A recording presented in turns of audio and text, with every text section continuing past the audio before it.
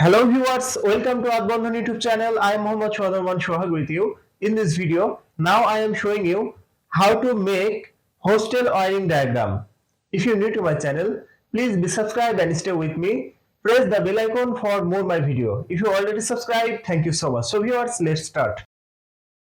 Double pole MCB circuit breaker, bulb 1, 2, 3 and bulb 4. Switch 1, 2 and switch 3 and 4 and 5. Total 5 switches. Phase connection to double pole MCB phase point.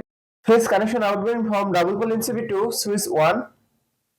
Phase connection from switch 1 to switch 2 L1 terminal. Phase connection from switch 2 and switch 3. Phase connection between switch 3 and switch 4.